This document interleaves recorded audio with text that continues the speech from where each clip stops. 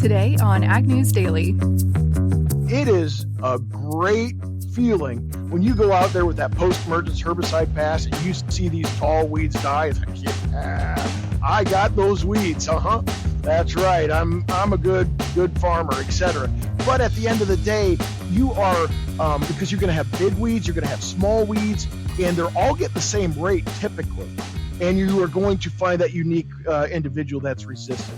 Good morning, afternoon, or whatever time of day you're listening. Welcome to the Ag News Daily podcast. Delaney Howell joined remotely today by Michelle Stangler. Michelle, I've got to admit, I'm pretty jealous of Tanner. He's got some cool shows and trips he's on. He's actually in Spain this week, and so hopefully we'll get an update from him here over the next few weeks about that trip. And he'll be bringing us some live coverage from some of the upcoming trade shows. And then we've got Commodity Classic to really culminate the trade show season. Yeah, it's definitely going to be a busy next few months. And so can't believe we're into like the second, third week of 2026 and well into conference season. Absolutely. But the weather for the next few weeks here is going to get colder and snowier in a lot of areas. The Midwest, Great Lakes, and the Northeast have seen several fast-moving clipper systems these past few days heading into the weekend, bringing periods of snow. But that should help overall winter moisture as we've been light across much of the country. While some milder air may move ahead in each of the systems, the overall trends favor below normal temperatures. Farmers should watch closely the dates of January 23rd through the 26th, according to Eric Snodgrass with Nutrient Ag Solutions, as more impactful winter snow could develop, bringing a mix of severe weather to the south, possible ice in parts of the Midwest, and heavier snow farther north. When looking at the bigger picture trends, much of the plains remain dry and very windy, continuing stress on winter wheat acres and increasing later fire risks. Meanwhile, California is drought-free for the first time since 2000, with reservoirs nearly 130% above historical averages, though forecasts there also will turn drier and fairly mild here over the next 10-plus days. And Michelle, as we were talking about before we hit record, I'm in Wisconsin this week. Lots of snow coming down. I should have expected it when I was here. Yeah. It's great to be in a winter season, but I'm already excited for spring. This past week has a lot of ag policy news. We're going to start with that. The dairy industry is celebrating some success with the Whole Milk Act that was signed by President Donald Trump on Wednesday this week. The bill allows whole and reduced fat milk to return to school meal programs, aligning with the recently released dietary guidelines for Americans that recognize full-fat dairy as part of a healthy dietary pattern. President Trump was joined by the signing of Agriculture Secretary Brooke Rollins and Health and Human Services Secretary Robert F. Kennedy Jr. And their Secretary of Ag, Rollins, said that this bipartisan solution for school meals, alongside the newly released dietary guidelines for Americans, reinforce what families already know and added nutrient-dense foods like whole milk are an important part of a healthy diet. USDA implementation begins immediately, they say, with guidance already issued to schools and a proposed rulemaking process underway to update child nutrition programs and ensure school meals align with the new guidelines. Okay, not bad. Not bad.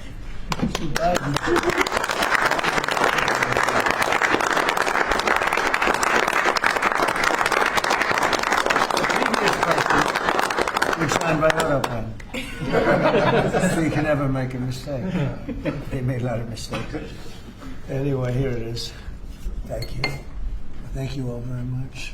You have it, right? Thank you. Thank you. I'm going to start drinking a lot of milk. We appreciate it. And what is super interesting is that as I think back upon my time in high school, middle school, just opening that milk carton and it's just the nostalgia here with this act. Absolutely, but lots of things going on this week at the 107th Annual American Farm Bureau Federation going on in California. Minnesota Congresswoman Angie Craig, ranking member of the House Ag Committee, said a new farm bill could be finalized by the November elections. Some lawmakers are optimistic, noting they hope to mark up legislation in the House Ag Committee within the next month or two. However, agriculture policy analysts warn that 2026 could signal the end of the traditional 5-year Farm Bill cycle. The previous bill expired in 2023 and has been extended annually since then, leaving key programs in limbo. Ongoing partisan divides and shifting political priorities have complicated these efforts to pass one comprehensive program covering commodity programs, conservation, nutrition, and rural development. Without a full bill, many programs rely on short-term fixes, creating uncertainty for producers, particularly around crop insurance, disaster aid, and trade. And that promptly calls for either scaled-down legislation or renewed focus on long-term policy stability, according to many folks. Michelle, I think that's it for our annual Farm Bureau Federation updates. Am I accurate in that? We have a few more updates, but we're going to continue just a little bit on ag policy and come back to some of the news that was heard earlier this week at the Farm Bureau Convention. Continuing on the ag policy front, enrollment for USDA's agriculture risk coverage and price loss coverage programs will not open until after the 2026 planting season. AgroLatam reports the delay comes as USDA prepares a 61-page final rule to implement changes required by the One Big Beautiful Bill Act of 2025, including higher PLC and reference prices, a 90% ARC guarantee level, and expanded base acre eligibility for farms with historically non-program crops. USDA Undersecretary for Farm Production and Conservation Richard Force said the timing reflects Farm Service Agency workload constraints and the complexity of implementing the new federally mandated provisions. Under the rule, producers will likely know their 2026 production and yields before enrolling in those programs, a significant shift that could support more informed decisions, but also compress planning timelines. Meanwhile, enrollment for the dairy margin coverage program opened here on Monday, January 12th. Okay, back to some Farm Bureau headlines here. It was a big deal, it sounds like. Secretary Rollins was there, as we reported earlier. Angie Craig was there, so a lot of folks out and about at the convention this year, but Secretary Rollins expanded enrollment for that 2026 dairy margin coverage program that you just mentioned there, Michelle, which will run through February 26th of 2026. And the One Big Beautiful Bill Act also reauthorized DMC through 2021 and included some key improvements, such as establishing new production history for all enrolling operations and increasing Tier 1 coverage from 5 million to 6 million pounds.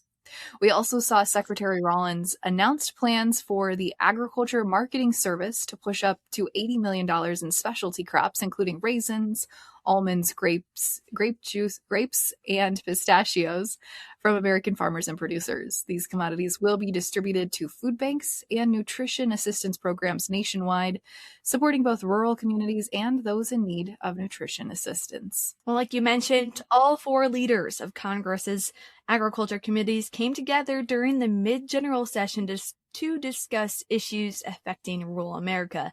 Senate Agriculture Committee Chair Senator John Boozman and Ranking Member Senator Amy Klobuchar, along with House Agriculture Committee Chair Representative Glenn G.T. Thompson and Ranking Member Representative Angie Craig from Minnesota, addressed many priorities they are advocating for, including, these were some of the points that they had shared, was that new 5-year farm bill, expanding domestic and international markets for U.S. agriculture products, ensuring access to a stable farm and ranch workforce, and emphasizing the role of grassroots advocacy in shaping agriculture policy. Let's hear some sound bites from that conversation that happened on stage at their general session. We've got to get ourselves in a situation where agriculture is sustainable. And so I'd like to have a couple of hearings, bringing in the experts, bringing in you, the people that work at this all day, every day, telling us what you need, telling us the tools you need in the toolbox, whether it's trade, figuring out a way to better use the products that we have here in our country, increasing domestic demand, value-adding products, the list goes on and on. I actually would love to see a year-round E15 and some of the work we could do on that front, that because of the procedural rules that they couldn't get done in some of the other bills or we couldn't get done. I think that would be a really good thing. Some reform on ag labor. I think we all know how hard this has been hitting our farmers. And I think that I've always been in favor of we've had a number of bipartisan ag immigration bills. I know that's not an easy word to say right now in our country, but we know there are a lot of ways we could go to try to make sure that we have a stable workforce when it comes to agriculture as well as other areas. That's something, it feels far away, but I think it's such a need right now. There's a possibility we could move on that. Raising the farm loan limits, Senator Hoeven and I have a bill on that could be included in some kind of a package. Improvements that we know with CRP. Senator Thune is now our majority leader, and I've worked on that for a long time. Biomanufacturing, I kind of think of all these things that we could do that are a little more policy-oriented that could go with some funding that I think would be helpful, as well as looking at SNAP and some changes that we can make there. We really need to get what I refer to as Farm Bill 2.0 done. We were able to make significant investment, historic investment in agriculture with what we did on trade and animal health and bringing down the cost of crop insurance and safety net. But there's more left to be done. That 20% of investment that we need to do that's left, it's about 80% of the policies, and it's so important. So we need to do that. We need to do agriculture labor. It is time to break that gridlock that we've had since the 1980s. We absolutely need to finish the job. Crop insurance reference prices got taken care of in the One Big Beautiful Bill, but we need to make sure that farm credit, rural development, those things are taken care of as well. So I do hope that we can come to a bipartisan consensus on those two things. The other thing that wasn't raised that I want to say, though, is with high input costs, low commodities prices, with a global trade war, the $12 billion in farm relief that was just announced isn't nearly enough to make up for the losses in this country. We need more domestic markets in this nation, and so I'm going to be looking for year-round E15, higher blends of ethanol, sustainable aviation fuel. We have to be thinking about that. And it's not in our jurisdiction, but we haven't brought up the cost of health care in this country. And I just want to say, with 27% of farmers and ranchers across this country on some sort of Affordable Care Act plan today, the cost of health care is out of control, and we got to figure out how we deal with it in this country. Well, continuing with a few more announcements from the annual Farm Bureau Convention, farmer and rancher delegates adopted a wide range of policies to help guide the organization forward in 2026. Delegates supported improvements to labor programs, including formal backing of the new adverse effect wage rate methodology, with revisions to prevent unpredictable rate swings. They also approved federal funding for research and biosecurity facilities to help detect and combat illnesses and pests threatening crops and livestock, including a focused effort to eradicate New World screwworm and keep the U.S.-Mexico border closed to cattle trade until that's controlled. National farm policy also included some updates to provide greater protections to dairy farmers facing market challenges. Delegates further prioritized institutional purchases of locally grown fruits, vegetables, bread, and proteins for school and government programs. They requested that the AFBF Board of Directors analyze issues such as trade impacts and the lack of affordable insurance options for poultry producers. Nearly 350 delegates gathered together to participate in the votes throughout the day, and one survey indicated that almost 99% of those represented family farms, and more than 2/3 came from small to mid-sized operations, reflecting the broad diversity of American agriculture. Well, continuing on today's show, there will be a lot of world agriculture news, but today's final announcement from the convention this week goes to congratulate the 12th annual Farm Bureau Ag Innovation Challenge winner. The competition highlighted cutting-edge business solutions for agriculture, and this year's winner is Louisiana-based FarmMind. Announced there at the convention, FarmMind was selected from 4 finalists and received $100,000 to grow its business. The company's platform integrates field notes, GIS management, regulatory compliance, financial tracking, and real-time agronomic insights into one system. Team lead Colin Raby, a Louisiana Farm Bureau member, explained that FarmMind leverages AI, artificial intelligence, to create a virtual agronomist to assist farmers and agricultural professionals with daily operations. Raby said technology and innovation shouldn't be limited to industries like finance or healthcare.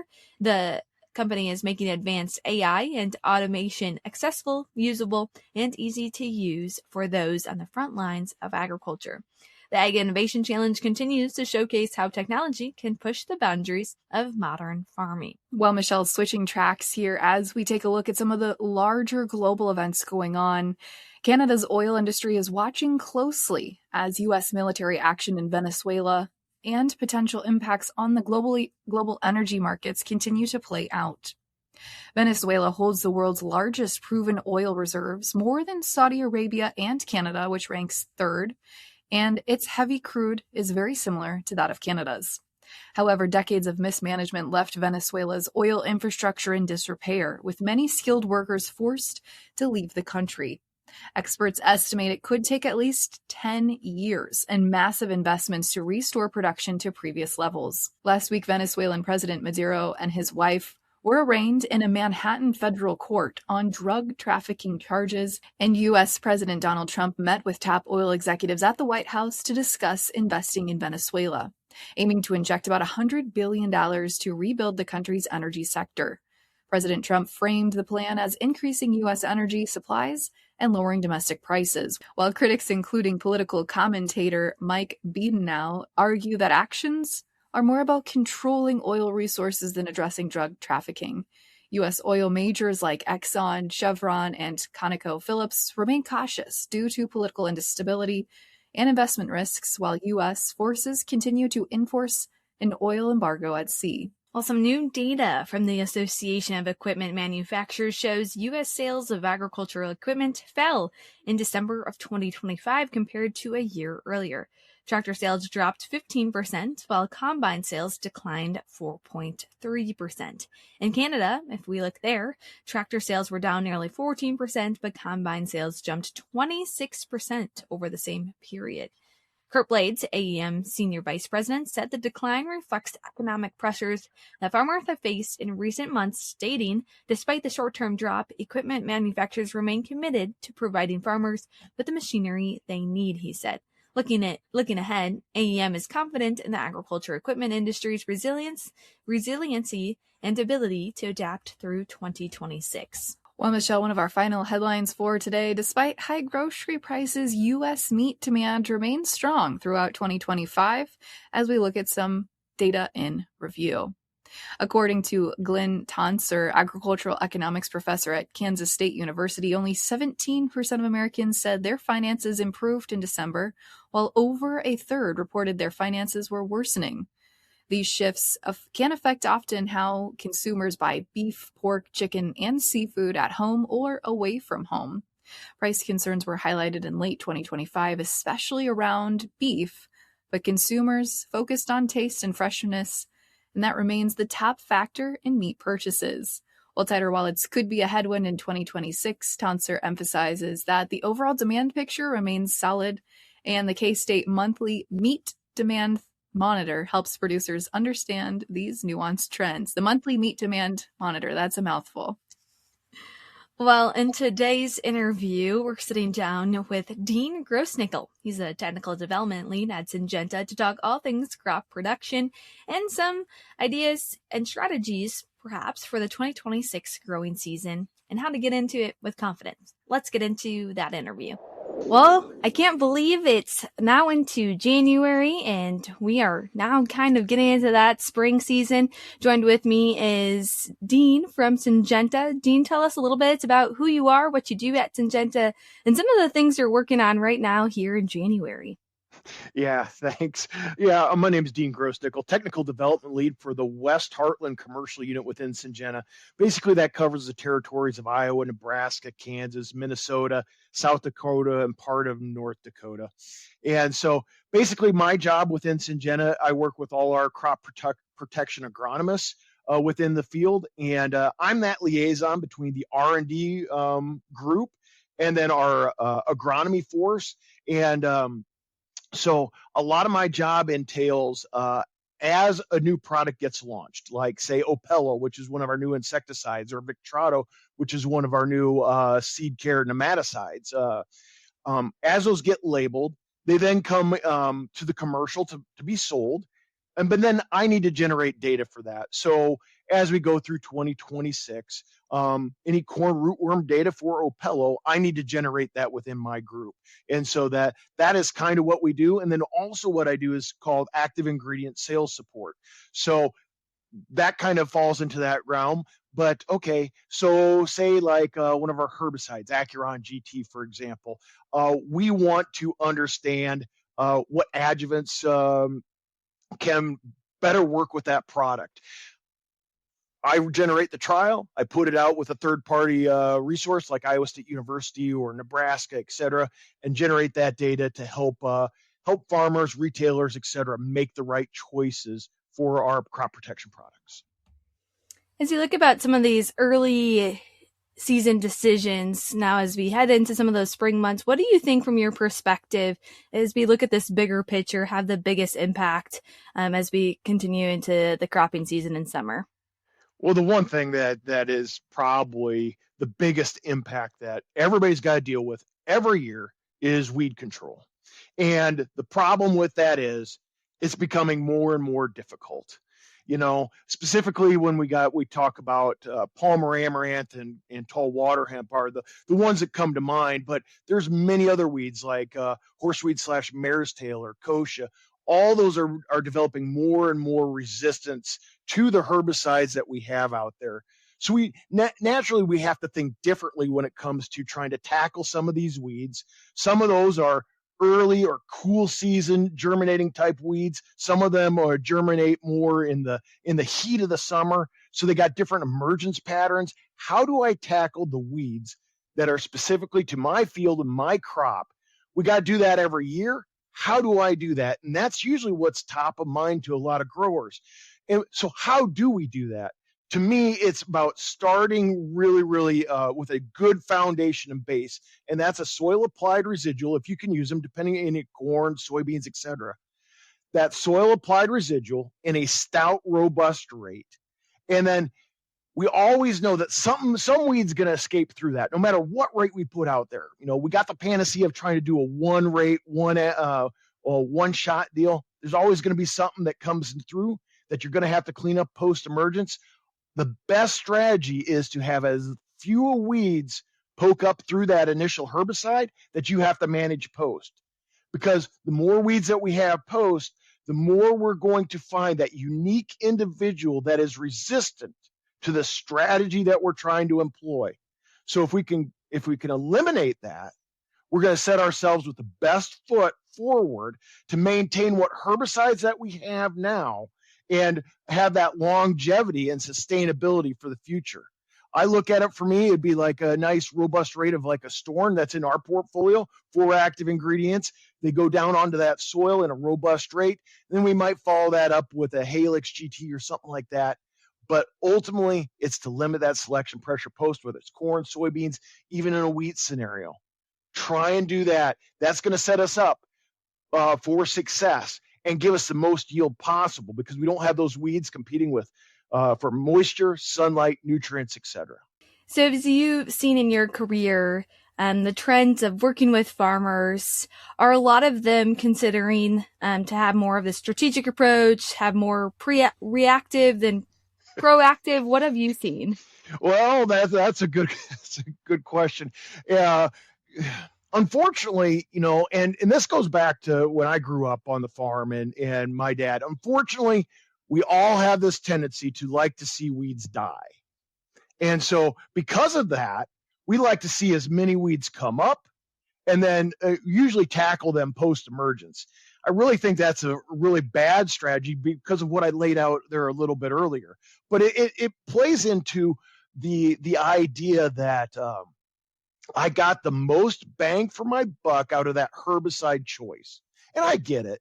I really do. It is a great feeling when you go out there with that post-emergence herbicide pass and you see these tall weeds die. It's like, yeah, I got those weeds. That's right. I'm a good farmer, etc. But at the end of the day, you are because you're going to have big weeds, you're going to have small weeds, and they're all getting the same rate typically. And you are going to find that unique individual that's resistant. The pre's, we've used them more so now than we have in the past. But ultimately, it's that a lot of times I put a pre out there, and if I don't see a weed emerge, which the pre's doing its job, I start to think, did I really need it? Did I need that herbicide? And so you start to question in your mind. And so, yes, pre's have become more and more, we have to use them because of the pressures that we have, but there's still that innate feeling that I want to tackle them post, because that's really where I see that ability, that I see that herbicide working. I know I'm getting the value for my buck, but ultimately at the end of the day, we need to use this combination pre-post robust rates. That's really what's going to, again, keep us in that, where we're maximizing our ROI and keeping these herbicides around for the long term. Now, obviously, it's in the mix of conference season right now. What are you really emphasizing and thinking, especially as you convey it to farmers, of, okay, this is maybe how much strategy to go into in the spring season and summer season? What are those conversations like? Yeah, those conversations, we all having a great plan at prepay season, right? Where we sit down with our retailer, we sit down with our agronomist, we figure out, you know what, I'm going to be better at my timing this year. I'm going to do a little bit better with whatever, so those are our plans. But then as the season then comes around, is our plan flexible enough to flex with whatever Mother Nature is going to throw at us?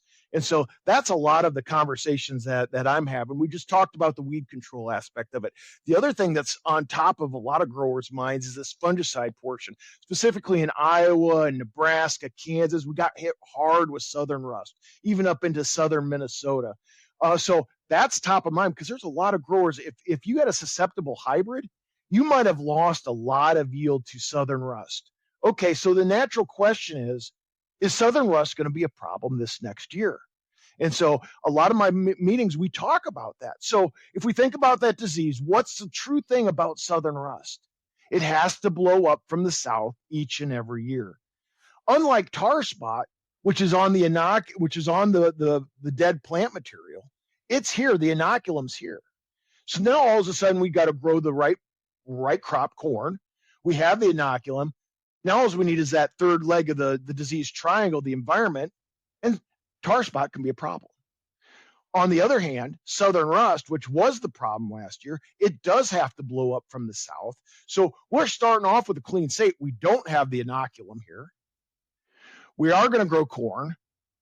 And the environment, while it was hot and humid last year, that's not typically overall the typical trend we see in Iowa and southern Minnesota.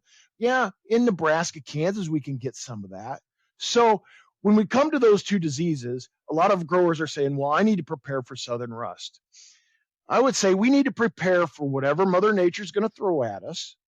So let's go on with a good strategy that can encompass multiple diseases, and then flex as the environment and as the season allows. So one good thing is all the different universities, when southern rust gets reported, they turn that into the crop protection network and that pipe map that the government has. You can monitor this as it's coming right up.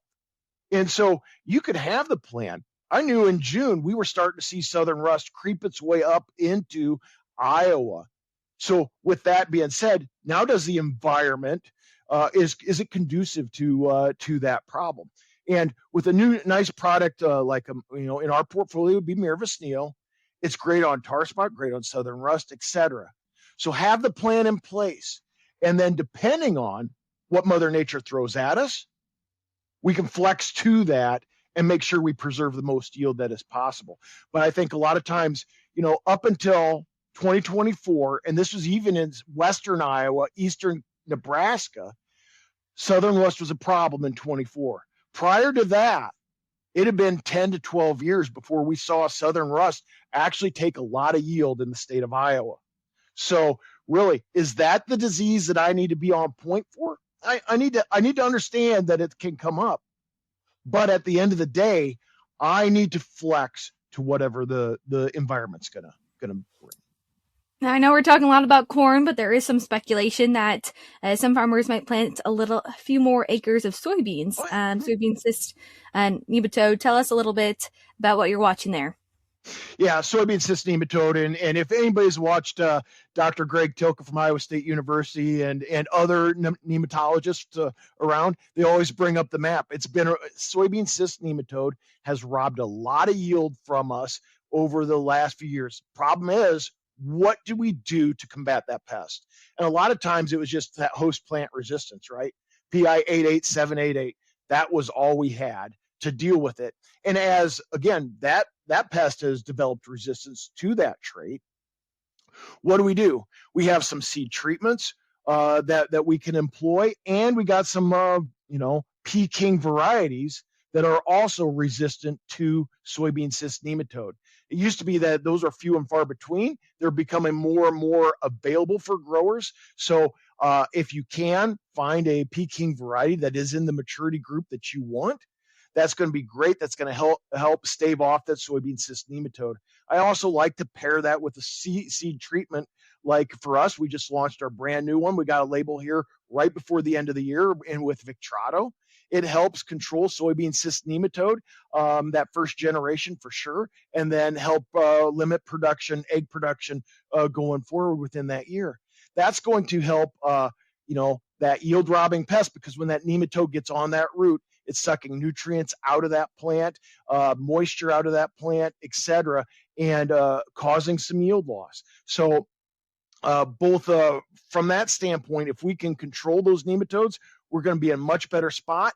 Additionally, it does give suppression of SDS, Southern Death Syndrome, and the new kid on the block, which is red crown rot, which not necessarily in Iowa, but it has been found now in southwest Minnesota, in Wisconsin, and then where they initially found it there in southern Illinois. So it is starting to move. Now, it's not in a lot of counties in Minnesota and Wisconsin, so let's not get overly panicked about that. But it is something we got to have on our radar, and then understand, okay, if we do have this disease, what are our options going forward? Well, Dean, thanks so much for joining the Ag News Daily podcast. Anything else that we haven't talked about that you'd like to mention? The only other thing that specifically if we're going corn on corn, like I said, our new insecticide Apello just did get registration here before the end of the year. Excited about that new mode of action for controlling corn rootworms, and very flexible to use for those growers. So we're really excited about that. And again, really, when it comes to all the crop protection products, and not just Syngentas, start with a good plan, start with a good agronomic reason why you're using each product, and that's going to set yourself up for success. Well, Delaney, one of the big headlines this week is, where did USDA come up with quite a few acres of corn? Absolutely. On Monday, we saw the January WASDE report drop, and it was a surprise to the market, not reflective of what a lot of folks thought we would see heading into that, but that seems on par with how the USDA usually approaches these things.